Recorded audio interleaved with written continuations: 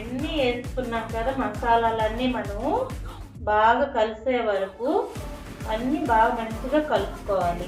దీంట్లోనే కలుపుకుంటే చికెన్లో పోసి కలుపుకున్న అంత మంచిగా కలుస్తుంది.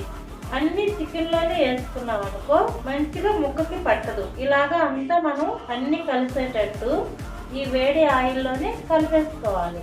కలిపేసుకొని ఇప్పుడు దీంట్లో వేసుకోవాలి.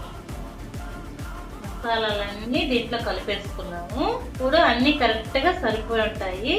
దీన్ని అలాగే 2 రోజులు పెడితే మంచిగా ఊరద్ది. వేడి వేడిలో అన్నంలో వేసుకోవచ్చు. చిన్నపిల్లలు కానీ పెద్దోళ్ళు కానీ మంచిగా టేస్టీగా ఉంటుంది.